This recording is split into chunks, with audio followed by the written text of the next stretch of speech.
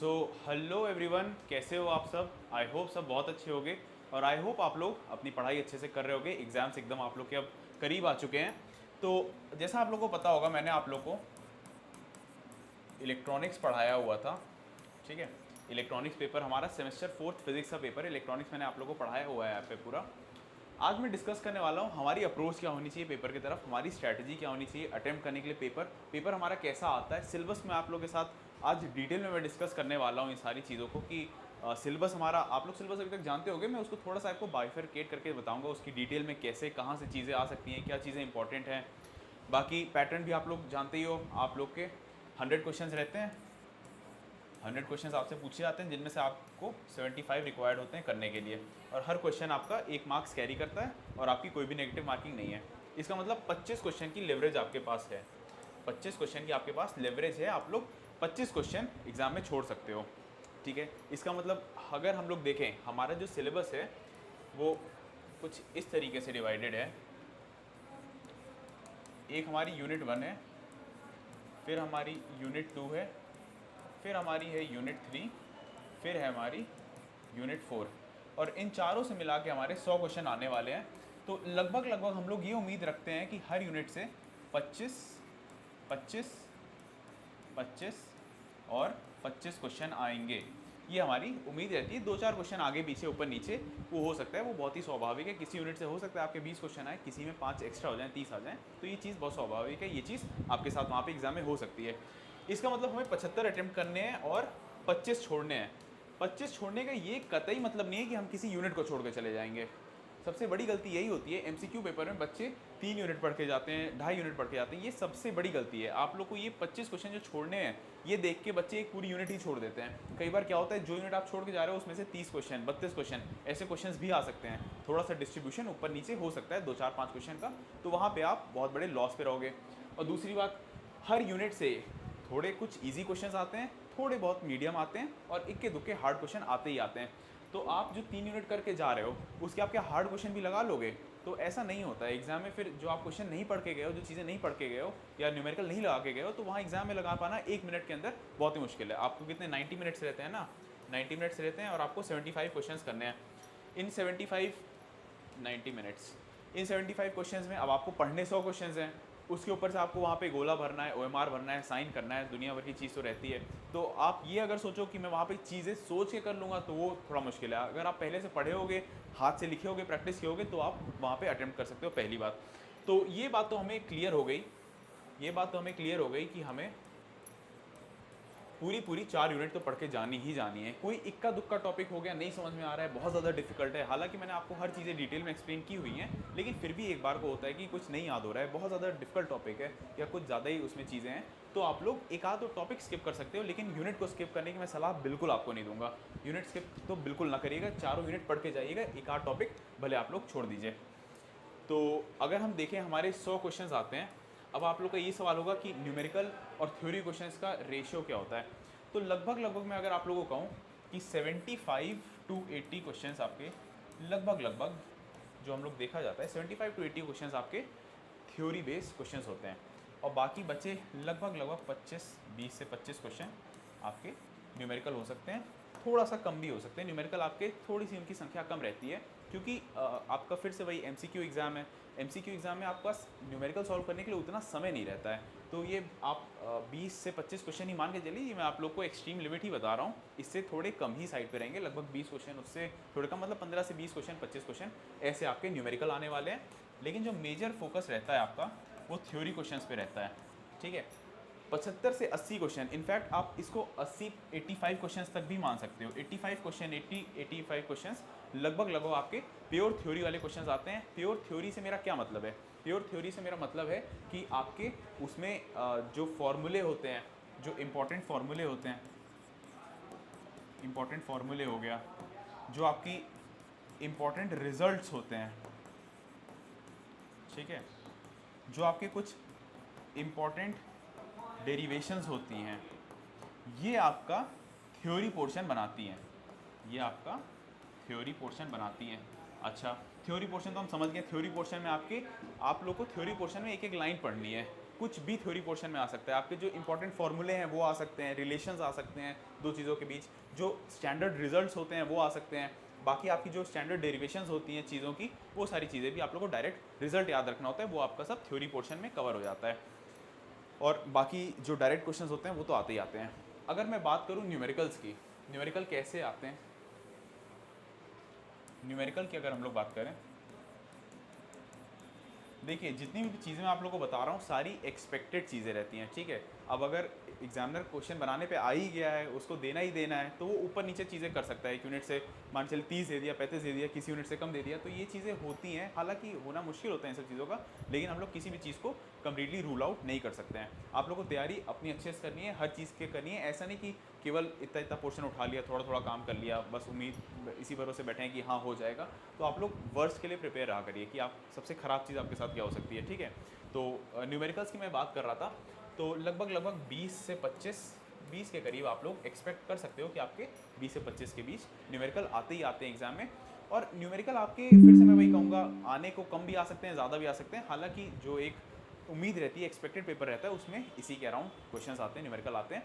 और न्यूमेरिकल आपके बहुत ज़्यादा हार्ड लाइन, कोई बहुत टफ नहीं आते हैं, ठीक है, कि लंबे लंबे 1 पेज का न्यूमेरिकल हो गया, 2 पेज का न्यूमेरिकल हो गया। न्यूमेरिकल आपके छोटे आते हैं, ठीक है, शॉर्ट न्यूमेरिकल्स आते हैं और फॉर्मूला बेस्ड न्यूमेरिकल आते हैं। आपने फॉर एग्जांपल एलसीआर सर्किट पढ़ लिया, एलसीआर सर्किट आपने पढ़ा, तो उसी के किसी फॉर्मूले से रिलेटेड ग्रोथ, या आपने ग्रोथ या डीके ऑफ करंट पढ़ी किसी भी सर्किट में, एलआर सर्किट हो गया, सीआर सर्किट हो गया, उसी के एक्सप्रेशन से डायरेक्ट आपके न्यूमेरिकल उठ के आ सकते हैं। मैं आप लोग को एक एग्जांपल दे रहा हूँ किस तरीके से आते हैं।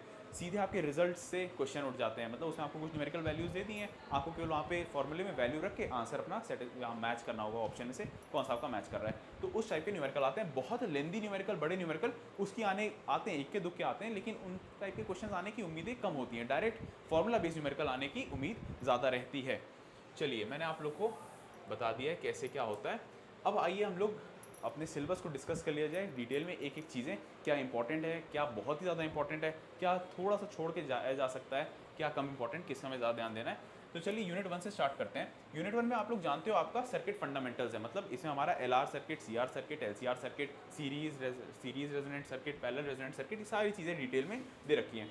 तो अगर हम लोग स्टार्टिंग में देखें तो time varying currents, growth and decay of current in LR circuit, RC circuit and LCR circuit, ये 3 सर्किट तो मेरे बहुत ही मोस्ट इंपॉर्टेंट फंडामेंटल सर्किट्स हैं और बहुत ही इंपॉर्टेंट सर्किट्स हैं। अच्छा, इन 3 सर्किट्स को पढ़ने से पहले हमें कैपेसिटर, इंडक्टर, रेजिस्टर तीनों पता होना चाहिए, तीनों का एक्शंस क्या होता है, तीनों के कैपेसिटेंस कैसे काम, तीनों के आपके रेजिस्टेंस कैसे काम कर सकते हैं, जिसको हम लोग इंपिडेंस कहते हैं। सारी चीज़ें मैंने आप लोगों के साथ डिटेल में डिस्कस की हुई हैं। तो एलआर सर्किट हो गया, आरसी सर्किट हो गया, एलसीआर सर्किट हो गया, तीनों किसी भी टाइप का सर्किट पढ़ने से पहले आप लोग को जो उसमें कंपोनेंट्स लगे हुए हैं, इंडक्टर, रेजिस्टर और आपका कैपेसिटर, उनकी फंक्शनिंग, कौन एसी को ब्लॉक करता है, कौन डीसी को ब्लॉक करता है, कौन किसको अलाउ करता है, किसका इंपीडेंस कैसा है, उन सारी चीज़ों के बारे में आप लोग को नॉलेज होना बहुत ज़रूरी है, तब आप जाके सर्किट फंडामेंटल स्टार्ट कर सकते हो। चलिए, तो आपका एलआर सर्किट हो गया, उसमें डीके और ग्रोथ करंट की किस तरीके से होती है आपके एलआर सर्किट में, charging and discharging of capacitor in RC circuit and LCR circuit, ये आपके 3 बहुत ही इंपॉर्टेंट टॉपिक हो गए। इनके जो डेरिवेशन मैंने कराई हुई है, डायरेक्ट फॉर्मूले आप लोग के या तो थ्योरी पोर्शन में एज थ्योरी क्वेश्चन पूछा जा सकता है, डायरेक्ट रिजल्ट उसके, या फिर जो उसके ग्राफ्स मैंने आप लोग के बताए हुए थे उनके ऊपर भी डायरेक्ट क्वेश्चन आता है, ग्राफ आप लोग से पूछ लिया जाता है, मतलब इन द सेंस बनाने को नहीं, उसमें उसका कुछ रिजल्ट आप लोग से पूछ लिया जाएगा। जो एक्सप्रेशंस आए हैं आपके, जो ग्रोथ और डीके हो गई करंट की या डिस्चार्जिंग हो गई कैपेसिटर की, उसके डायरेक्ट एक्सप्रेशंस आते हैं। और मोस्ट इंपॉर्टेंट, यहाँ के जो एक्सप्रेशंस आए होते हैं उसके ऊपर न्यूमेरिकल भी आते हैं, ठीक है, उसके ऊपर आपके न्यूमेरिकल भी आते हैं, तो ये बात आप लोग विशेष ध्यान रखेंगे। बाकी measurement of high resistance bye leakage method, ये भी हमारा एक टॉपिक था, ये भी एक काफ़ी इंपॉर्टेंट टॉपिक है। अगर आप लोग याद होगा, आप लोग ने आई गेस सेकंड सेमेस्टर में इसका प्रैक्टिकल भी किया होगा, high resistance bye leakage method का, वहाँ आप लोग को थोड़ा कम समझ में आया होगा। यहाँ पे आप लोग इसकी डिटेल में थ्योरी पढ़ सकते हैं। मैंने आप लोग को एलयू अपडेट ऐप पे पूरी सारी चीज़ों को डिटेल में एक एक चीज़ को डिस्कस किया गया हुआ है। Resistance of measurement of high resistance bye leakage method में जनरली ये क्वेश्चंस आते हैं कि क्यों हाई रेजिस्टेंस ही मेजर किया जाता है, यहाँ पे टाइम कांस्टेंट का हमारा क्या खेल होता है, तो वो सारी चीज़ें भी आप लोग के साथ मैंने डिटेल में डिस्कस की हुई है, ये भी चीज़ें आपकी इंपॉर्टेंट है। बाकी अगर हम लोग एसी सर्किट्स की बात करें, तो एसी सर्किट में फिर से हमारा एलसीआर सर्किट आता है, जिसके ऊपर हमने खूब डिटेल में डिस्कशन वाला काम किया हुआ है, ठीक है। तो एलसीआर सर्किट यहाँ भी आपका एसी में आ गया, ये भी बहुत इंपॉर्टेंट है। मेथड ऑफ इमेजिनरीज, ये तो मैंने आप लोग को पढ़ाया हुआ है, ठीक है, कैसे हम लोग इमेजिनरी क्वांटिटी को लेके काम किया जाता है। कॉम्प्लेक्स इंपीडेंस हो गया, ये भी आपका ठीक ठीक टॉपिक है। मेन आपका आ गया क्यू फैक्टर, ठीक है। जो मेन टॉपिक इधर बहुत इंपॉर्टेंट है वो है क्यू फैक्टर और LCR सर्किट। कॉम्प्लेक्स इम्पीडेंसेस ही बहुत ज़्यादा इंपॉर्टेंट है, ठीक है। कॉम्प्लेक्स इम्पीडेंसेस बहुत ज़्यादा इंपॉर्टेंट टॉपिक है। कॉम्प्लेक्स इम्पीडेंसेस को मैंने स्टार्टिंग में ही तभी डिस्कस कर लिया था, बाकी यहाँ पे मैंने आप लोगों के साथ डिस्कस किया हुआ है। बाकी अगर हम लोग देखें क्वालिटी फैक्टर बहुत ही ज़्यादा इंपॉर्टेंट टॉपिक है ये, ठीक है। क्वालिटी फैक्टर क्या होता है, बैंडविड्थ क्या होता है, ये ऐसे टॉपिक है क्वालिटी फैक्टर बैंडविड्थ कि इनके ऊपर आपके क्वेश्चंस तो आते ही हैं, थ्योरी क्वेश्चंस, मतलब जो इनके रिजल्ट हैं उनके ऊपर तो काम होता ही होता है, इनके ऊपर छोटे छोटे न्यूमेरिकल भी बन जाते हैं, इस वजह से ये टॉपिक बहुत इंपॉर्टेंट हो जाते हैं। बाकी फिर मैंने आपसे जो कहा था series and parallel resonant circuit हो गया, बहुत ही इंपॉर्टेंट टॉपिक है। कपल्ड सर्किट हो गया, इंपीडेंस मैचिंग, हालांकि ये सब ठीक ठीक चीज़ें जो यहाँ पे फिर आगे काम की हमारी चीज़ें वही है मैक्सिमम पावर ट्रांसफर थ्योरम, बड़ी ही इंपॉर्टेंट थ्योरम है, ठीक है। इसकी स्टेटमेंट हो गई वो आती है, इसका जो एक्सप्रेशन हो गया मैक्सिमम पावर ट्रांसफर थ्योरम का वो आता है, इसके ऊपर बेस छोटे छोटे न्यूमेरिकल आते हैं, बहुत छोटे न्यूमेरिकल आप लोग 30 सेकंड 40 सेकंड में कर सकते हो, डायरेक्ट आपके एक्सप्रेशन के ऊपर जो रिजल्ट आया होता है उसके ऊपर न्यूमेरिकल आते हैं, तो ये भी काफ़ी एक इंपॉर्टेंट टॉपिक हमारा बन जाता है। चलिए फिर अगर हम लोग आगे बात करें एसी ब्रिजेस की, तो एसी ब्रिजेस मैंने आपको काफ़ी सारे ब्रिज पढ़ा रखे हैं, सारी टाइप के ब्रिजेस के बारे में डिटेल में डिस्कशन हुआ है, जिसमें हमारा मैक्सवेल ब्रिज आता है, शेयरिंग ब्रिज आता है, वीन्स ब्रिज आता है। तो आपको इसमें क्या करना है, जो एसी ब्रिजेस वाला है इसमें आपके क्वेश्चंस ऐसे आते हैं कि मैक्सवेल ब्रिज, पहली बात तो यहाँ से आपके जो डायरेक्ट क्वेश्चंस इस तरीके से आते हैं कि मैक्सवेल ब्रिज हो गया, शेयरिंग ब्रिज हो गया, या आपका वीन्स ब्रिज हो गया, क्या मेजर करने के काम आते हैं। पहला तो ये क्वेश्चन आपका बनता है, ये स्वाभाविक सा क्वेश्चन है ये, ठीक है, क्या मेजर करने के काम आते हैं। दूसरी बात, इनके ऊपर बेस बहुत ही छोटे छोटे न्यूमेरिकल आते हैं, मतलब जो हमें कंडीशंस हम लोग जानते हैं, जो यहाँ के एक्सप्रेशंस हमारे आते हैं, एक्सप्रेशंस आते हैं, उन पे बेस्ड बहुत छोटे छोटे न्यूमेरिकल हमारे निकालने को आ सकते हैं। जैसे हमारा इंडक्टेंस मेजर करने में हमारा मैक्सवेल ब्रिज हेल्प करता है, ठीक है। तो आपको बाकी कंपोनेंट्स दे दिए जाएंगे, आपको इंडक्टेंस निकालने को कहा जाएगा। तो अगर आप लोग को मैक्सवेल ब्रिज की कंडीशन पता है तो वहाँ पे आप लोग सिंपली बाकी सारी चीज़ों को कैलकुलेशन रख के विद इन 30 सेकेंड्स एक क्वेश्चन सॉल्व कर सकते हैं, आपका वो क्वेश्चन सही हो जाएगा, एक नंबर आ जाएगा। बहुत ही बेसिक क्वेश्चन आते हैं यहाँ पे डायरेक्ट, जो आपके रिजल्ट के ऊपर काम हो रहा होता है। चलिए, तो हमारी यूनिट 1 के ऊपर डिस्कशन कंप्लीट हो गया। तो अगर मैं यूनिट 1 के ऊपर आप लोग को ओवरऑल एक व्यू दूं, तो इस यूनिट 1 से आपके थ्योरी प्लस न्यूमेरिकल दोनों टाइप के क्वेश्चंस आते ही आते हैं, ठीक है। न्यूमेरिकल और थ्योरी ये एक ऐसी यूनिट है, इससे आपके न्यूमेरिकल्स आएंगे ही आएंगे, ठीक है। छोटे न्यूमेरिकल्स होंगे, बहुत ज़्यादा लेंदी नहीं होंगे, लेकिन इस यूनिट से न्यूमेरिकल तो पक्का आएंगे, ठीक है। बहुत, अब पक्का की बात मतलब इन द सेंस कि हाँ हाईली चांस है, अब ना आने को नहीं भी आ सकता है, लेकिन मैं कह रहा हूँ कि काफ़ी हाई चांस है इस यूनिट से न्यूमेरिकल बनने का, तो आप लोग इस चीज़ को ध्यान रखिएगा। चलिए, अगर हम लोग आगे देखें यूनिट 2 के ऊपर अगर हम लोग आएँ, तो यूनिट 2 फिर से हमारी एक ऐसी यूनिट होती है जिसके ऊपर हम लोग पहले से काम कर चुके हैं, इन द सेंस कि हमने 12th में इसके ऊपर पीएन जंक्शन डायोड के ऊपर चीज़ें डिस्कस कर रखी हैं। तो यूनिट 2 एक ऐसी यूनिट है, यूनिट 2 हमारी एक ऐसी यूनिट है, इसमें आपके थ्योरी क्वेश्चंस की संख्या थोड़ी ज़्यादा यहाँ से आती है, ठीक है। यहाँ पे क्योंकि आपकी थ्योरी के कॉन्सेप्ट थोड़े ज़्यादा हैं, पीएन जंक्शन हो गया, ठीक है, P type semiconductor, N type semiconductor, PN junction diode हो गया आपका, फिर आपका उसमें बैरियर हो गया, बैरियर विथ कितनी होगी, बैरियर पोटेंशियल क्या हो गया, इन सब के डायरेक्ट रिजल्ट्स। बाकी इसका थ्योरी पोर्शन जो सब मैंने आप लोगों को थ्योरी में पढ़ाया हुआ है, एक एक लाइन उनके बीच से क्वेश्चंस आते हैं, ठीक है, एप्लीकेशन बेस्ड थोड़े से क्वेश्चंस आते हैं। तो ये इस पोर्शन से हम लोग इन सब चीज़ों की उम्मीद रख सकते हैं। अगर सिलेबस के ऊपर नज़र डाली जाए, quantitative idea of Fermi level के ऊपर भी आप लोग के एक दो MCQ, एक आध MCQ आने की संभावना रहती है। Formation of depletion layer in PN junction diode बहुत इंपॉर्टेंट है, in general PN junction diode ही बहुत इंपॉर्टेंट है। पी टाइप सेमीकंडक्टर हो गया, एन टाइप सेमीकंडक्टर हो गया, पीएन जंक्शन डायोड हो गया, डिप्लीशन रीजन की फॉर्मेशन कैसे होती है, कौन सी साइड कैसा आपका बिहेव करता है, बिहेवियर क्या होता है, ये सब चीज़ें बड़ी ही इंपॉर्टेंट है। इसके ऊपर आप लोग के MCQ बनने ही बनने हैं, बहुत इंपॉर्टेंट है। Okay, potential at depletion layer, मतलब जो बैरियर पोटेंशियल होगा उसके ऊपर आपके क्वेश्चंस बनने हैं। बैरियर पोटेंशियल कैसे फॉर्म होता है, क्या उसकी क्वालिटीज़ होती हैं, सारी चीज़ें मैं डिस्कस कर चुका हूँ, आप लोग को आज बता रहा हूँ क्या चीज़ आ सकती, क्या इंपॉर्टेंट है आपके लिए। बैरियर विथ हो गई, क्या फॉर्मूला होता है उसका, वो मैंने बताया हुआ है। Quantitative idea of current flow mechanism in forward and reverse bias, पहली बात फॉरवर्ड बाइसिंग के ऊपर क्वेश्चन आते ही आते हैं। बाइसिंग क्या होती है, क्यों की जाती है, कैसे की जाती है, हम लोग फॉरवर्ड बाइसिंग कैसे करते हैं, रिवर्स बाइसिंग कैसे करते हैं, इन सब के ऊपर भी आपके क्वेश्चन आते ही आते हैं। करंट फ्लो का मैकेनिज्म क्या होता है, इन द सेंस कि आपके इलेक्ट्रॉन फ्लो हो रहे हैं, होल फ्लो हो रहे हैं, जो फ्लो हो रहा है, मूवमेंट हो रही है, वो कहाँ से कहाँ मूवमेंट हो रही है, हम लोग पी रीजन में किस टाइप के चार्ज से कनेक्ट करते हैं, एन टाइप के जो रीजन है उसमें कौन सा चार्ज पॉजिटिव कनेक्ट करते हैं, नेगेटिव कनेक्ट करते हैं, क्या हमारा फॉरवर्ड बाइस होता है, रिवर्स बाइस होता है। तो इन सब के ऊपर आप लोग के क्वेश्चन आ सकते हैं और आते भी हैं, आएंगे भी। तो ये तो हमारी कहानी इसकी हो गई। Current conduction in PN junction diode and it's characteristic, ये सब भी हम लोग डिस्कस कर चुके हैं, सारी आपकी इंपॉर्टेंट चीज़ें हैं। अगर आगे बढ़े हम लोग सिलेबस में, तो application of PN junction diode में हमारा ट्रांजिस्टर एज स्विच काफ़ी इंपॉर्टेंट टॉपिक है। Half wave and full wave rectifier बहुत इंपॉर्टेंट टॉपिक है दोनों, हाफ वेव और फुल वेव रेक्टिफायर। इसके ऊपर आप लोग को जो डायरेक्ट एक्सप्रेशंस हैं उनके ऊपर आपके सवाल आते हैं। उसके अलावा हमारा हाफ वेव रेक्टिफायर का काम क्या होता है, फुल वेव रेक्टिफायर का काम क्या होता है, कैसे वर्किंग करता है, इसका प्रिंसिपल क्या है, इन सब के ऊपर भी डायरेक्ट आप लोग के थ्योरी क्वेश्चंस आते ही आते हैं। तो ये आप लोग अच्छे से पढ़ के जाइएगा। Centre tap and bridge rectifier मतलब उसी की टाइप है, बहुत इंपॉर्टेंट है, ठीक है। बाकी इसमें एफिशिएंसी किसकी कितनी होती है वो सारी चीज़ें भी बहुत इंपॉर्टेंट है। इन जनरल ये सारे टॉपिक बड़े इंपॉर्टेंट है। Calculation of ripple factor, ripple factor most important, one of the most important चीज़ है आप लोग की रेक्टिफायर के केस में, बहुत इंपॉर्टेंट है। जो वैल्यूज़ हैं, स्टैंडर्ड वैल्यूज़ हैं, उसको आप लोग रिपल फैक्टर कितना होता है, किसका ज़्यादा होता है, कम होता है, क्या वैल्यूज़ होती हैं, इन सब चीज़ों को बेहतर तरीके से पढ़ के जाइएगा। एकदम से समझ लीजिए, याद कर लीजिए, वहाँ को डेरिवेशन ना करनी पड़े। ऐसे आप लोग सिचुएशन में रहिएगा कि आप लोग को चीज़ें याद रहें वहाँ पे, तो आप लोग डायरेक्टली ताकि सीधे जाएँ और टिक मार सकें। तो रिपल फैक्टर हो गया, मैंने बताया बड़ा इंपॉर्टेंट टॉपिक है। किस रिस्पेक्ट में, रेक्टिफायर के रिस्पेक्ट में। रेक्टिफिकेशन एफिशिएंसी, किसकी एफिशिएंसी ज़्यादा है, ठीक है, हाफ वेव की ज़्यादा है, फुल वेव की ज़्यादा है, फुल वेव में भी सेंटर टैप की कितनी है, ब्रिज रेक्टिफायर की कितनी है, सारी चीज़ें आप लोग याद करके जाइएगा ही जाइएगा। क्लिपर एंड क्लैम्पर, ये हमारा एक छोटा सा पार्ट है, हालांकि क्लिपर क्लैम्पर बहुत ही ज़्यादा इंपॉर्टेंट सेक्शन हम लोग नहीं कह सकते हैं। जीना डायोड हो गया, जीना डायोड भी बड़ा इंपॉर्टेंट है। जीना डायोड बनता कैसे है, जीना डायोड की कैरेक्टरिस्टिक्स क्या होती हैं, डोपिंग इसमें हम लोग कैसे करते हैं, ये सारी चीज़ें बड़ी इंपॉर्टेंट है।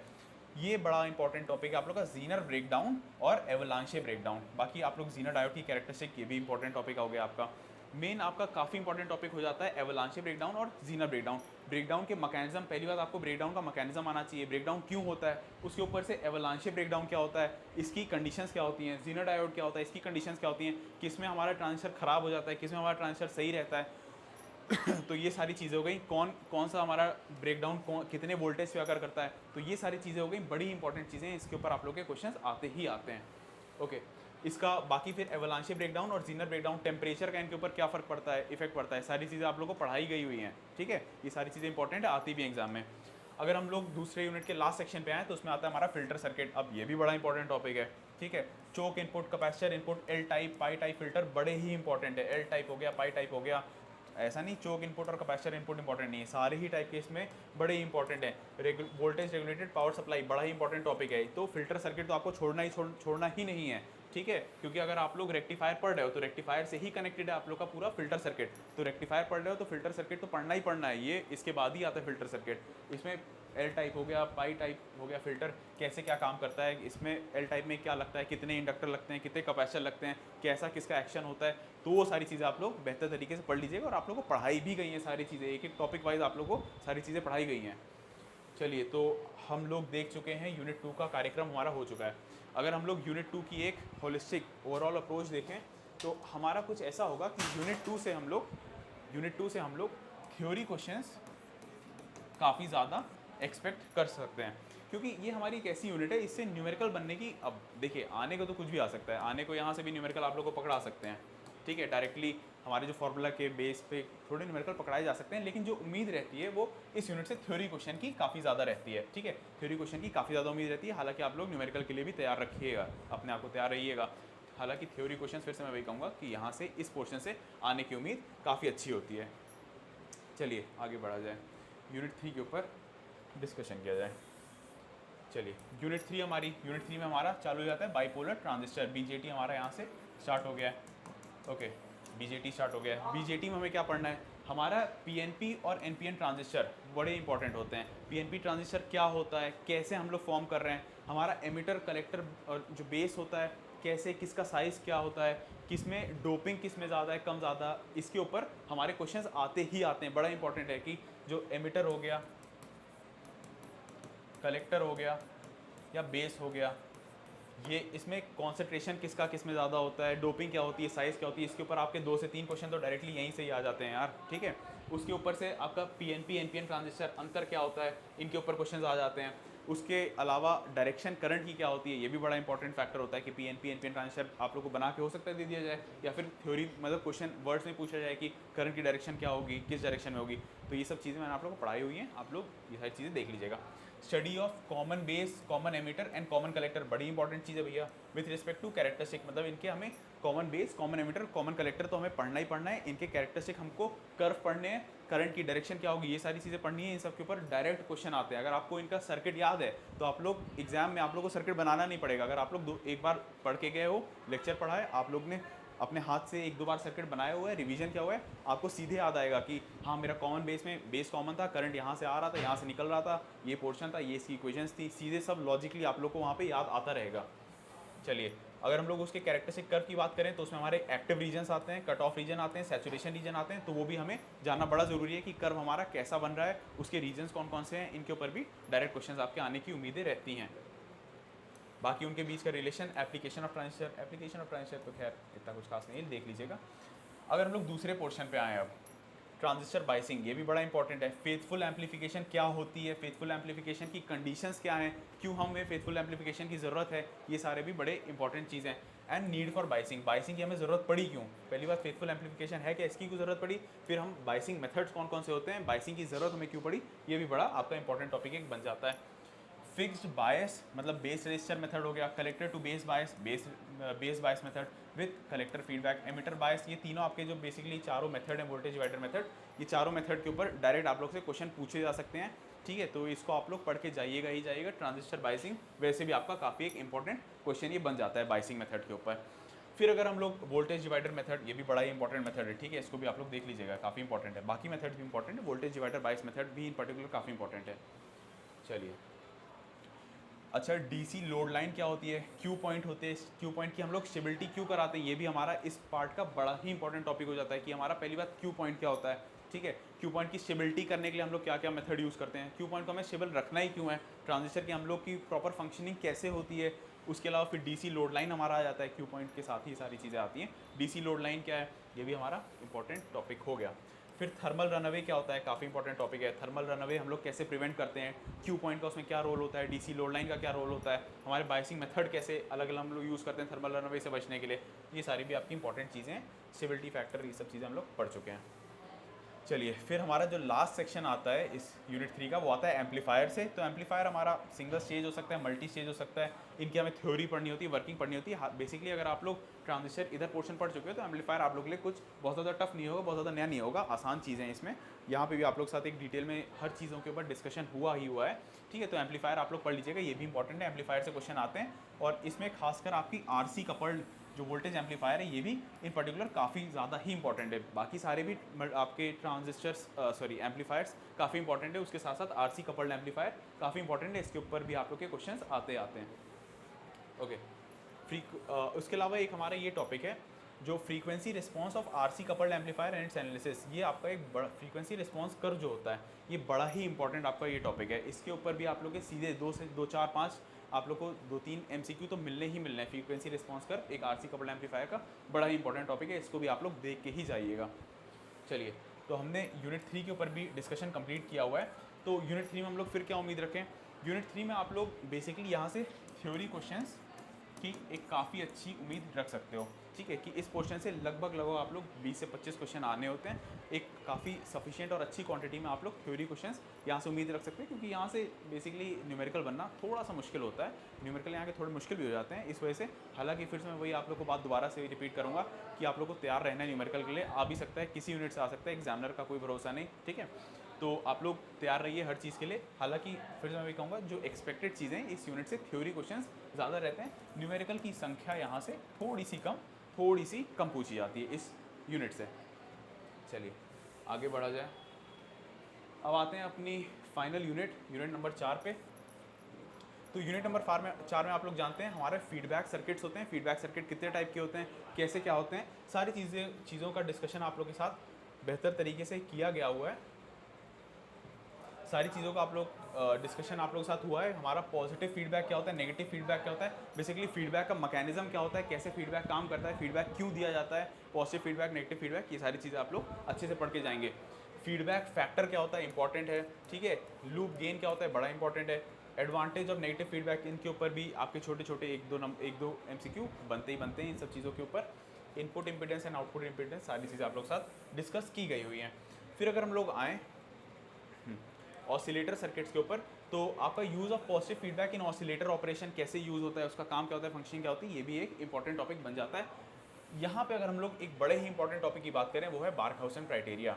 ठीक है, बार्कहाउसेन क्राइटेरिया के ऊपर डायरेक्टली आप लोग के सीधे क्वेश्चंस आते ही आते हैं। उसके ऊपर उसके अलावा हार्टले ऑसिलेटर हो गया, हार्टले ऑसिलेटर, टैंक सर्किट, ये सारी चीज़ें हो गई। टैंक सर्किट ये है आपका। ये सारे ऐसे टॉपिक्स हैं जो आपके आते ही आते हैं, हर साल आते रहें और इस बार भी आने की पूरी पूरी उम्मीद है। और ये सारी चीज़ें आप लोग के साथ अच्छे से डिटेल में डिस्कस की भी गई हुई हैं, तो ये सारे टॉपिक आप लोग अच्छे से देख लीजिएगा। उसके अलावा अगर हम लोग देखें टाइप ऑफ ऑसिलेटर हो गया, इंट्रोड्यूशन टू, ठीक है, तो इसमें वही सब मेन आपका टैंक सर्किट हो गया, एनालिसिस ऑफ हार्टले ऑसिलेटर हो गया, फीडबैक का मैकेनिज्म हो गया, बार्कहाउसेन क्राइटेरिया हो गया, ये सारे आपके इस पोर्शन से काफ़ी इंपॉर्टेंट टॉपिक बनते हैं। फिर से मैं वही कहूँगा, पढ़ना आपको सब है, जो इंपॉर्टेंट बता रहा हूँ वो इस वजह से बता रहा हूँ कि ये काफ़ी इंपॉर्टेंट है, इसको तो आप ना ही छोड़ के जाइएगा। ठीक है, बाकी भी हमको सब पढ़ना है, लेकिन ये वाली चीज़ें तो हमें बिल्कुल नहीं छोड़िए, इनके ऊपर एक्सपेक्टेड क्वेश्चन रहते ही रहते हैं। फिर अगर हम लोग देखें basic principle of transmission and reception, इसके ऊपर भी आप लोग के मिनिमम आप लोग 3 से 4 MCQ 5 MCQ एक्सपेक्ट कर सकते हो। वर्ड्स के ऊपर मॉड्यूलेशन इंडेक्स क्या होता है, ठीक है, आपका modulation, principle of amplitude modulation ये क्या होता है, डी मॉड्यूलेशन क्या होता है, इन सब चीज़ों के ऊपर भी आपके क्वेश्चन बनते ही बनते हैं, MCQ बनते हैं। ठीक है, तो इसको आप लोग पढ़ लेना। बाकी फिर अगर हम लोग इलेक्ट्रॉनिक इंस्ट्रूमेंट्स में आए तो उसमें मल्टीमीटर एक ठीक ठाक इंपॉर्टेंट है इसका, हालांकि मैं कहूँगा पढ़ लीजिएगा इसको, उम्मीदें यहाँ से थोड़ी सी कम रहती हैं, एक आध दो MCQ आ जाए तो आ जाए। जो मेन टॉपिक आपका यहाँ पे रहेगा, हालांकि छोड़ना हमें कुछ नहीं है, हमें पढ़ना सारी चीज़ें, पढ़ाया आपको सब चीज़ गया है तो आप लोग को पढ़ना भी सारी चीज़ें हैं, ठीक है, छोड़ना कुछ नहीं है। जो आपका बहुत इंपॉर्टेंट पोर्शन यहाँ से आता है वो है CRO, कैथोड रे ऑसिलोस्कोप। इसके ऊपर आपके MCQ आने ही आने हैं फॉर श्योर, ये बड़ा इंपॉर्टेंट पोर्शन हो जाता है। ठीक है, ब्लॉक डायग्राम आपका CRO का क्या होता है, CRO में हम लोग कौन सा वेवफॉर्म यूज़ करते हैं, अलग अलग इसका मैकेनिज्म क्या होता है, काम कैसे करता है, ये सारी चीज़ें आप लोग को पढ़नी है। इसके ऊपर आपके MCQ बनने ही बनने हैं, तो CRO तो हमें पढ़ना ही पढ़ना है। बाकी उसके अलावा मल्टीमीटर भी हमको पढ़ना है। इलेक्ट्रॉनिक कंपोनेंट्स हो गए, कलर कोडिंग हो गई, रजिस्टर की एक आध क्वेश्चन इसके ऊपर आ सकता है। हालांकि ये सारी चीज़ें आप लोग पहले ही पढ़ चुके हो, 12वीं में हम लोग को पढ़ाया गया होता है कि रजिस्टर की हम लोग कलर कोडिंग कैसे करते हैं। ठीक है, तो ये आप लोग पढ़ लीजिएगा कैपेसिटर्स के ऊपर। और एक्टिव पैसिव कंपोनेंट्स, ये सारी चीज़ें थोड़ी सी हल्की रहती हैं, इसको आप लोग देख लीजिएगा। कलर कोडिंग आप लोग अच्छे से देख लीजिएगा तो आपका उसमें काम चल जाएगा। तो फिर से हमारी अगर इस यूनिट के ऊपर हम लोग एक ओवरऑल डिस्कशन देखें तो यहाँ से भी हमारे थ्योरी क्वेश्चंस की एक काफ़ी अच्छी उम्मीद रहती है कि यहाँ से थ्योरी पोर्शन हमारा अच्छा आएगा। न्यूमेरिकल्स नहीं आते हैं या बहुत कम आते हैं, ठीक है, नहीं तो नहीं हमें कहना चाहिए, वो तो गलत बात हो गई, आने को आ सकता है, लेकिन न्यूमेरिकल का पोर्शन हमारा थोड़ा कम रहेगा। यहाँ से थ्योरी क्वेश्चंस की हमारी काफ़ी ज़्यादा उम्मीद रहती है। तो इस पोर्शन में आप लोग थ्योरी क्वेश्चंस प्लस न्यूमेरिकल के लिए तैयार रहिए, थ्योरी क्वेश्चंस अच्छे से तैयार करके जाइए। तो चलिए, इसका मतलब हमारा पूरा डिस्कशन हो गया है। फिर से मैं वही आप लोग से कहूँगा कि आप लोग ये तो ना करिएगा कि मैं पूरी यूनिट छोड़ के जा रहा हूँ, वो काम गलत होता है। ठीक है, पढ़िए, चारों यूनिट पढ़िए। जो अगर आप लोगों को किसी एक आध यूनिट में दिक्कत हो रही है तो जो मैंने आप लोगों को बहुत इंपॉर्टेंट टॉपिक बताएं उनको तो पढ़ के जाइए। अगर नहीं कवर हो पा रहा है तो जो थोड़ी साइड की चीज़ें हैं उनको छोड़ा जा सकता है। अगर फॉर एग्जांपल नहीं हो रहा है, बेस्ट चीज़ तो ये होती है कि पूरा भैया पोर्शन हम कवर किया जाए। ठीक है, तो इसके साथ हमारी सेवा समाप्त होती है। मैंने आप लोग को सारी अप्रोचेस बता दी, कैसे क्या हमारी ट्रिक होनी चाहिए। बाकी पेपर आपका 75